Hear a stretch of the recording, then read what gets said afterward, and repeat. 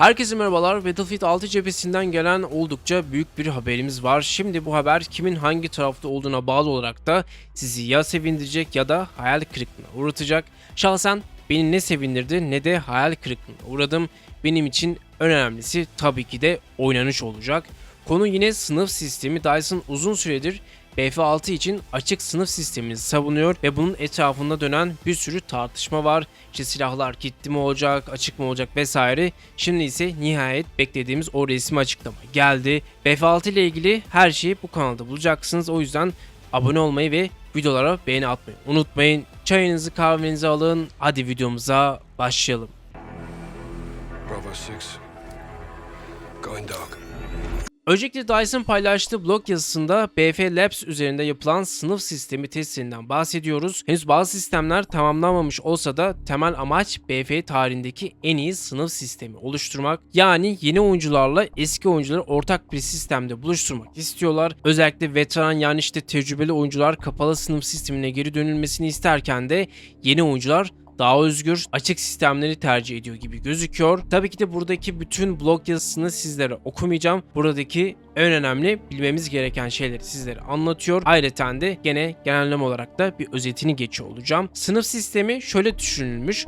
Sınıflar hem özelleştirilebilir hem de sınıfa özgü bileşenler barındıracak şekilde tasarlanmış. Yani hem özgürsünüz hem de sınıfınızın belli bir kimliği olacak. Bu denge çok kritik çünkü BF'nin temel felsefesi takım oyunu ve görev odaklı savaş deneyimi. Örnek olarak da Recon sınıfı verilmiş burada. Her sınıfın iki farklı eğitim yolu var. Bu yollar üzerinde pasif bonuslar alabiliyorsunuz. Seviye 3'e ulaştığınızda ise özel bir yeteneği bir kez aktif olarak da kullanabiliyorsunuz. Mesela işte Recon sınıfı içinde belirli bir noktaya pasif düşman tespiti yapan bir UAV çağırmak. Yani Call of Duty'deki killstreak'lerden UAV çağırmak gibi düşünün ama bunun belirli bir seviyede yapabiliyorsunuz. Recon klasında şöyle gösteriliyor. Recon sınıfında iki yol var. Sniper ve Pathfinder. Sniper yolunda otomatik tespit süresi artıyor. Düşmana vurduğunuzda iyileştirmesini engelliyor ve headshot attığınız düşmanlar diriltilemiyor. Pathfinder yolunda ise daha sessiz hareket ediyorsunuz. Çömelirken ya da yatarken de tespit edilemiyorsunuz ve vurduğunuz düşmanlar takımınızın için otomatik olarak işaretleniyor. Bu eğitim yolları sınıfın oynanış tarzını tamamen değiştirebilir. İster işte agresif ister de defansif oynayabilirsiniz.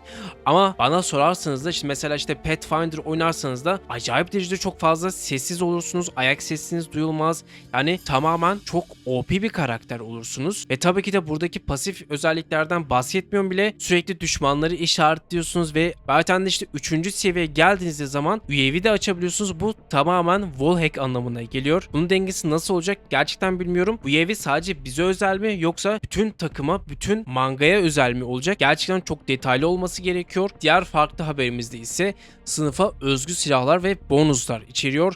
Her sınıfın kendine ait imza silah kategorileri var ve bu silahlar kullandığında sınıfa özel pasif avantajlar sağlıyor. Mesela işte Assault sınıfında tüfek değişimi ve silah geçişi daha hızlı, Engineer'da ise SMG'lerde daha iyi stabil atışı kontrolü, Support'ta ise LMG kullanırken de koşma hızı kaybı yok. Recon sınıfında ise nişan alırken de dürbün salınımı azalıyor ve daha hızlı mermi doldurma olacak. Yani sınıfınıza uygun silahları kullanırsanız da sizlere avantaj sağlayacak. Veya işte Recon sınıfında SMG kullanırsanız da muhtemelen sizlere debuff verecek veya işte nerf alacaksınız. Ayrıca de her sınıfın ayrıca kendine has bir pasif yetenek de barındırıyor. Assault'larda mesela düşman hasarı azaltılıyor. Engineer patlama hasarına karşı dayanıklılık, Support sabitken daha hızlı canlandırma, Recon ADS yaparken de otomatik düşman tespiti. Support sınıfının canlandırma hızı bana göre en etkili özellik olmuş. Burada çok fazla itiraz edeceğim aslında çok bir şey yok. Ya bunlar genel özellik olarak da her sınıfın kendi avantajını görüyoruz. Dediğim gibi yani bu blog postundan acayip derecede çok fazla memnun değilim. Bunun zaten nedenini az sonra sizlere açıklayacağım. BF Labs'e binlerce oyuncudan gelen geri bildirimler sonucunda bazı şeyleri hızlı değişiklikler yapılmış. Mesela işte Engineer artık çift roketler taşımayacak. Aşırı güçlüydü. Assault sınıfındaki sağlık yenileme kaldırıldı. Balistik zırh sistemi iptal edildi. Oyuncular tarafından pek sevilmemiş. Yani sürekli kendinize zırh takamayacaksınız. Hareket ve araç kontrol sistemleri eleştirilmesi devam ediyor. Bunu zaten diğer videolarımda bahsetmiştim. Özellikle işte bu çift slotlarda 2 roket taşıma özelliği acayip derecede çok fazla OP'di. O yüzden bunları kaldırmaları gerçekten çok güzel olmuş. Bu blog yazısını uzun zamandır bekleniyordu ama içinde sınıf sistemindeki silahlar açık mı kalacak, kapalı mı olacak sorusunun net cevabı yok. Onun üzerine oyun dengelenmesi yapılmazsa geri kalan sistemler de çökebilir. Az önce sizlere dediğim gibi Recon sınıfı acayip derece çok güçlü. Açık konuşayım, silahların tüm sınıflarda kullanılmasına tamamen karşı değilim. Hatta bence bazı sınıfların belirli silahları kullanılmasıyla birlikte gelen işte buff, debuff, avantaj ve dezavantaj sistemini oldukça mantıklı bir fikir buluyorum. Eğer bu sistem iyi dengelenmezse bazı silahlar yanlış sınıflarda meta olur ve herkes aynı oynayışına yönelir. O zaman da sınıf sisteminin bir anlamı kalmaz. Bu yüzden silah özgürlüğü varsa bile sınıflar arası fark ve görevler tanımları net şekilde koruması lazım. Topluluk geri bildirimine gelecek olursak, Dyson bizi gerçekten dinlediğini pek düşünmüyorum. Eğer kilitli sınıf sistemine geçmeyeceklerse de bu kadar topluluk geri bildirimi toplamalarının amacı neydi? En azından bir şey paylaşmaları gene güzel ama burada bayağı marketing yapıyorlar. Yani işte bazı cümleler ve bazı kelimeleri özellikle seçiyorlar. Yine de umudum var. Oyun son sızdırılan hali gerçekten çok güzel gözüküyor. Zaten diğer videomda anlattığım gibi işte oyun BF1, BF4 veya işte Modern Warfare 2019 atmosferine benziyor. Açık konuşmak gerekirse hepimiz artık Warzone gibi oyunlardan bıkmış durumdayız. O heyecan, o yenilik duygusu çok fazla kalmadı. Warzone özellikle sürekli hep aynı döngüdeyiz. Hep aynı konuları, hep aynı şeyleri tartışıyoruz. Ben de farkındayım, siz de farkındasınız. Eğer DICE bir beta süreci ya da açık test dönemi başlatırsa oyunculardan gelecek tepkiler çok daha net olur.